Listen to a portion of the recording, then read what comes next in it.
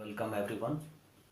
Today here we are with the new chapter unitary method, and actually what unitary method is called rule of one. That's why it is unitary. Unitary method means rule of one. So let's see.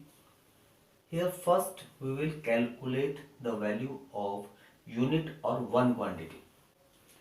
Why it is unitary method? Because in this method first of all we used to calculate the value of one quantity. To get the value of any quantity, first of all you will find out the value of 1, then that value you will multiply with the quantities. How many quantities you need to find out? Let's say the cost of a chocolate is 1 rupees, then you need to find out 100 chocolate cost. So what you will do, 1 multiply 100, then 100 rupees. So in unitary method there are two variation. First is direct variation, next is indirect variation or inverse variation. So let's see what they are, direct variation and indirect variation. Now see direct variation, when two quantities are related. Actually in direct variation, when two quantities are related, both the quantities will increase or decrease in same ratio. So we will have some examples, very familiar examples for you. So you can see we are having some examples like if the speed will increase. Now we can see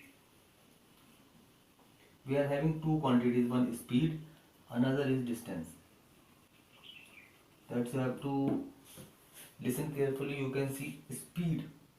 If speed of a car will increase, now speed of a car is 10 kilometer per hour. Kilometer per hour. And with the 10 kilometer per hour, distance covered by car is equal to 50 kilometers. But if on time also you can take a time something, it is we will assume here 5 hours. Time is 5 hours. Time is constant for both the cases. Now in next case you can see if speed increased to 12 kilometer per hour. Speed was 10 kilometer per hour, so in 5 hours distance covered is 50 kilometers. And if now this speed is 12 kilometer per hour, so definitely we are understanding if speed will increase we will run more. So how much distance whatever the distance will comes, it will comes more than 50. So you can see speed is increasing, so distance is also increasing. Such kind of cases means here it will come 12 multiple 1 hour 12 kilometer, in 5 hours 60 kilometer. So if speed is increasing, distance is also increasing. These kind of ratios are called direct variation. Next is indirect variation. In this, if we are going to relate two quantities, in indirect variation, if one quantity is increasing, another will decrease. If first quantity is decreasing, then next quantity will increase. For that we will have an example. Now we will have an example of same speed and we can take time. Speed and time. Same example, 10 kilometer per hour. For here 100 kilometer, maybe a car want to cover the distance of 100 kilometer. Now you can, if with 10 kilometer car is taking 5 hours. With 10 kilometer 5 hours car is taking, if the speed will increase to 12 kilometer per hour, speed was 10 kilometer, time was taken 5 hours. If speed will increase, then time will taken less because he will reach faster. So whatever the time will come here, that will be more. more than 5 hours. Sorry, more than 5 hours, sorry, less than, less it will come, less than 5 hours. So you can see here speed is increasing, but here time is decreasing. Another example for you now. Now if in your class there are 10 students, now boys I am taking, there are 10 students and they are completing one work is there, they are completing this one work in time, we may write now here hours, in 5 hours. This is also example of inverse variation or indirect variation. 10 boys are taking 5 hours. If boys will increase, then this work will complete in, means if 10 boys are doing in 5 hours, then if more boys, then definitely there is time will be taken less. This time, whatever the time will be taken by 20 students will be less than the 5 hours. So here you can see boys are 10, boys are increased from 10 to 20, but here time is decreasing. That's why this is also an example of inverse variation. Now we are having a question. Actually, direct and indirect variations we can solve with three methods. First is unitary method, second is the ratio proportion method, third is arrow method. These both methods are same, but today I will do with all three methods how to solve a question. This question is based on, let's see on which it is direct variation or indirect variation, we will see. So first of all, what is important, how to read the question. At a party, 8 packets of chips are served for every batch of 5 students. So from here you are understanding that there are two quantities, one is packet, another is student. This is very important to understand which two quantities are given here, because all the relation in this unitary method is about two quantities. So you can see, first of all I am doing with unitary method. So what we have to find out, 8 packets of chips are served for every batch of 5 students. How many packets would we serve if 40 students were present in the party? How many packets? We need to find out the packets. So what we have to find out, that we will write to our right side. What we have to find out, that we will write to right side. So how to write the language? I am doing with the unitary method.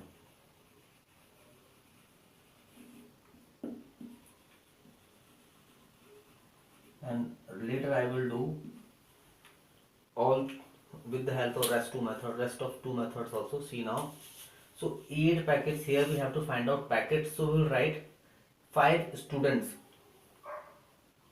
are served, 5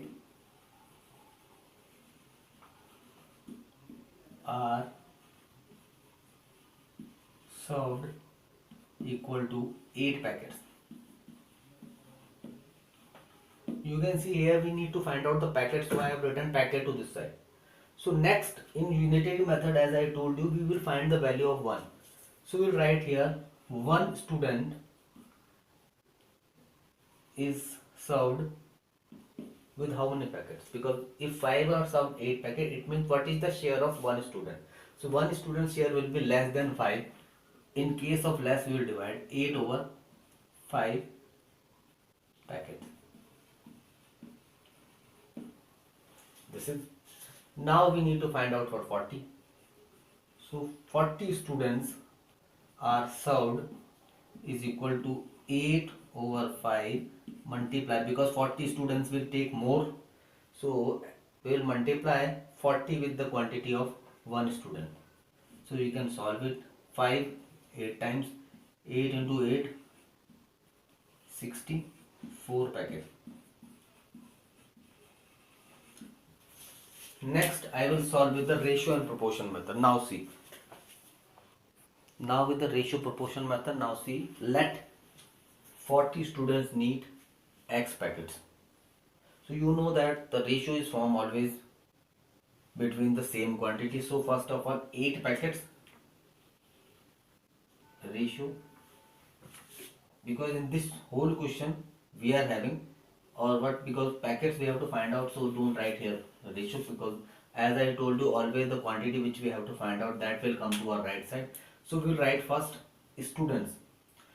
8 packets are served for 5 students, and we need to find out how many packets will be served for the 40 students. So you can write here, we will write first 5 students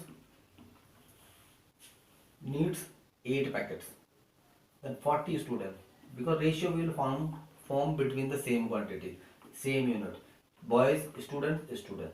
5 student needs 8 packets, and then 40 student need how many packets, that we don't know. After that we can write 5 over 40 is equal to 8 over x. Here we will do cross multiply. 5x is equal to 8 into 40. X is equal to 8 into 40 over, here we will write now 5. 8 times 8 is 64. 64 packets. Next we are having that arrow one method, which is almost same like ratio proportion. We will see next. Now see this method arrow one. As you know that the quantity what you have to find out, that will come to our right side, this side. So here I have written, because two quantities are given in this question, which are student and packets. Packets we have to find out. So let's see how to write it. So here it is 5 students, 8 packets are distributed for 5 students. So we can write here 5 students are served 8 packets. Then they are asking 40 students will be served how many packets. So very simple, it is if 5 to 5 we are giving 8, it means to 40 definitely we will give more than 8. So x. So here what is important to see the question and find out what it is. 5 students, 8 packets. 40 students, x means more than 8. So here we will always put arrow towards smaller to greater. So here you can see smaller to more, it is increasing, and here also it is increasing. So you can put arrow down here. Here also from 8 to x means x will be more. You know that if 5 students are eating 8 packets, so 40 will eat more packet, more than 8. So it means 8 is smaller. Between these two, 8 is smaller. So arrow, both the arrows are coming downside, it means it is direct variation. Now what we will do, this is called tail and this is head. Tail will you can write up, tail you can write upside, 5 upside and 40 downside. Then sign of equal to. Then tail you can write upside and head downside. This is called head and this is tail. So now cross multiplication. 5 into x is equal to 8 into 40. Again, that's why I was saying both the methods are same, but this one is easier one if you will understand. 5x is equal to 8 into 40. X is equal to 8 into 40 over 5. Cancel it. 8. Value of x will come 60. 4 packets. So this is our method to solve direct variation. In next video I will try to solve a question with the help of these 3 methods of indirect variation. Thank you.